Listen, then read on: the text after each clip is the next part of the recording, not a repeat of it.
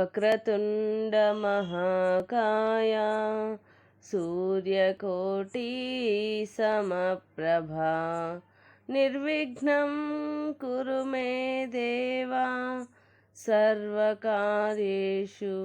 సర్వదా. గురుబ్రహ్మా గురుర్విష్ణుః గురుర్దేవో మహేశ్వరః గురుః సాక్షాత్ పరబ్రహ్మ తస్మై శ్రీ గురవే నమః. మనోజవం మారుతతుల్యవేగం జితేంద్రియం బుద్ధిమతాం వరిష్టం వాతాత్మజం వానరయూథముఖ్యం శ్రీరామదూతం శిరసా నమామి. ఆపదామపహర్తారం దాతారం సర్వసంపదాం లోకాభిరామం శ్రీరామం భూయో భూయో నమామ్యహం. జై హనుమాన్. శ్రీ సీతారామాభ్యాం నమః. శ్రీమద్ వాల్మీకి రామాయణము సుందరకాండము. 3వ సర్గము. హనుమంతుడు లంకాధిదేవతను దండించి లంకలో ప్రవేశించుట.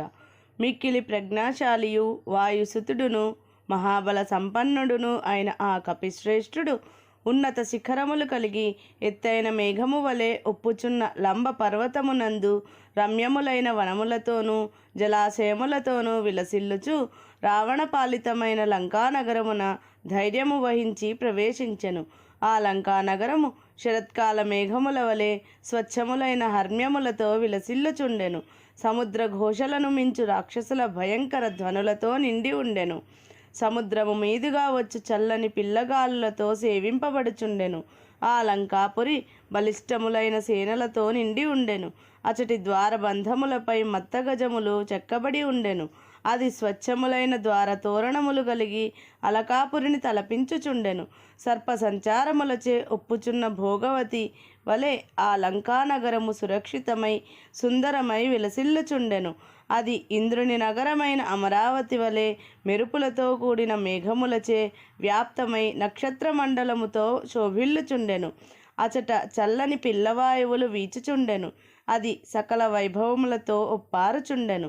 ఆ పురి ఎత్తైన బంగారు ప్రాకారముచే పరివృతమై ఉండెను. చిరుమువ్వల సవ్వడులతో కూడిన పతాకములతో అది అలంకరింపబడి ఉండెను. ఆ లంకా నగరమును త్వరగా చేరి హనుమంతుడు సంతోషముతో దాని ప్రాకారము మీదికి ఎక్కెను. పిమ్మట ఆ లంకాపురిని కలయజూచిన మారుతి హృదయము ఆశ్చర్యచకితమయ్యెను. ఆ నగరము యందలి ద్వారములు స్వర్ణమయములై ఉండెను. వేదికలు స్ఫటికములతోనూ ముత్యములతోనూ కూడి వైఢూర్యమణిమయములై ఉండెను. కుట్టిమములు అనగా నేలలు వజ్రములతోడను మణులతోడను అలంకరింపబడి ఉండెను. పుటము పెట్టిన బంగారముతో నిర్మింపబడిన ఏనుగులతోడను వెండి వలె ఆ భవనముల పైభాగములు నిర్మలములై స్వచ్ఛములై ఉండెను. వైఢూర్యమణులచే పొదగబడిన సోపానములతోడను స్ఫటిక మణిమయములైన ముంగిళ్లతోడను మనోహరములైన సభాస్థలులతోడను అంబరమును చుంబించుచు ఆ గృహములు శోభిల్లుచుండెను. క్రౌంచ పక్షుల కలకలములతోడను నెమళ్ల క్రేంకారములతోడను రాజహంసల నడకలతోడను అచటి భవనములు విరాజిల్లుచుండెను. అంతటను తూర్యధ్వనులను ఆభరణముల గలగలలను ప్రతిధ్వనించుచుండెను. సంపదలకు నెలవైన అలకాపురితో సదృశమై ఆకాశమునకు ఎగిరిపోవుచున్నదాయనున్నట్లు ఒప్పుచున్న ఆ లంకానగరమును చూచి హనుమంతుడు మిక్కిలి సంతసించెను. అత్యుత్తమము ఐశ్వర్య సంపన్నము అత్యంత సుందరము మంగళప్రదము అయిన రావణుని యొక్క ఆ లంకాపురిని మహాపరాక్రమశాలి అయిన మారుతి పరికించి చూచి ఆలోచింపసాగెను. ఆయుధములతో సిద్ధముగానున్న రావణ సైన్యములు రక్షించుచున్న ఈ నగరమును బల ప్రయోగముతో ఇతరులెవ్వరునూ జయింపజాలరు.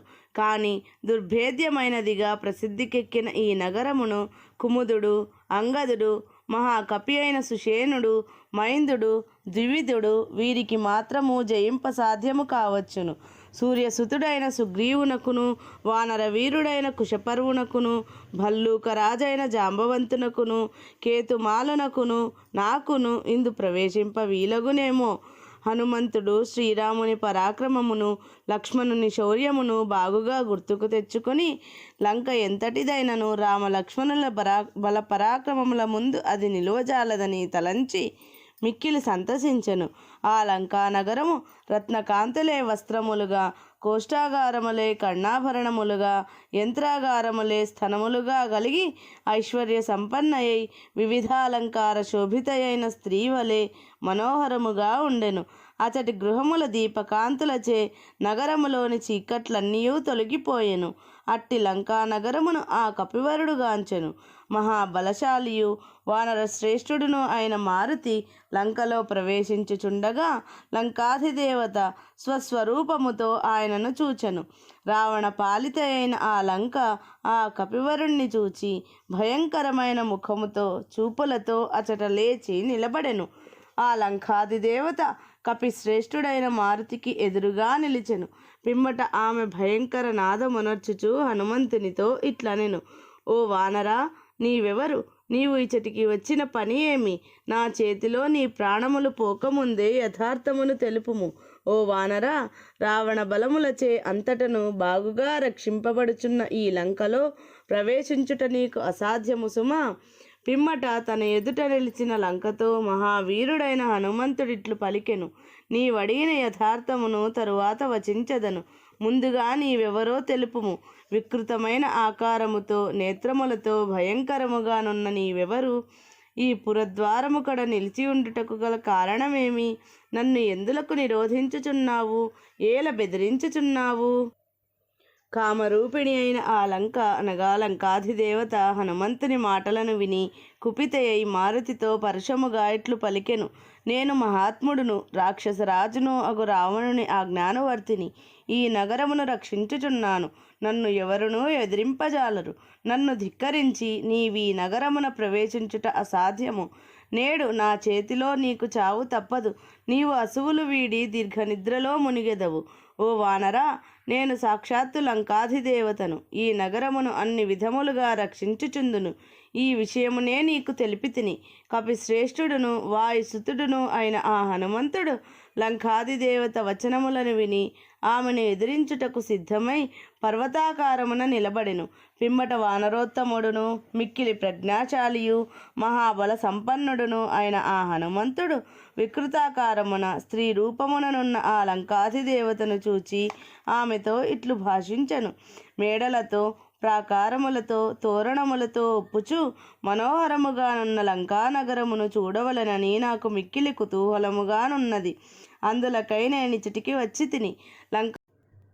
లంకలోని తోటలను, ఉద్యానవనములను, అడవులను, అంతటను వరుసలు తీరి ఉన్న భవనములను చూచుటకై ఇచ్చటికి నేను ఏతెంచి తిని. కామరూపిణి అయిన ఆ లంకాధిదేవత హనుమంతుని వచనములను విని ఇంకనూ పరుషములైన వచనములను ఇట్లు పలికెను: దుర్బుద్ధి గల ఓ వానరాధమా, నేను రావణుని పోషణలో అతని అండదండలతో ఉన్నాను. నన్ను జయింపకయే నేడు ఈ నగరమున నీవు ప్రవేశింపచాలవు. అంతటా ఆ కపివరుడు ఆ రాక్షసితో: ఓ శుభాంగి, ఈ నగరమును చూచిన పిమ్మట మరలా వచ్చిన రీతిగానే వెళ్ళదను అని నమ్రస్వరముతో పలికెను. పిదప ఆ లంకాధిదేవత భయంకరమైన ఒక మహాధ్వని గావించి ఆ కపివరుణ్ణి తన అరచేతితో వేగముగా బలము కొలది కొట్టెను.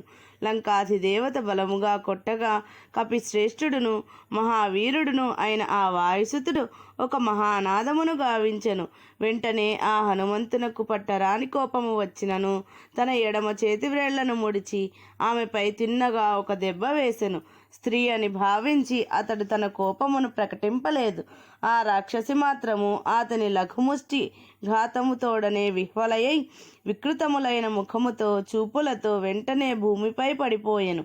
అనంతరము ప్రాజ్ఞుడును తేజస్వియునైన హనుమంతుడు అట్లు నేల కొరిగిన ఆ రాక్షసిని చూచి స్త్రీ అని భావించి ఆమెను దయతలచెను. అప్పుడు ఆ రాక్షసి మిక్కిలి దిగులు పడినదై గర్వమును వీడి గద్గద స్వరముతో వానర వీరుడైన హనుమంతునితో ఇట్లు పలికెను: ఓ మహాబాహు, అనుగ్రహింపుము. ఓ కపీశ్వర, కాపాడుము.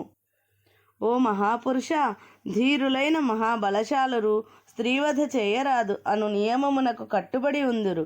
ఓ వానరోత్తమ, నేను సాక్షాత్తుగా లంకాధిదేవతను.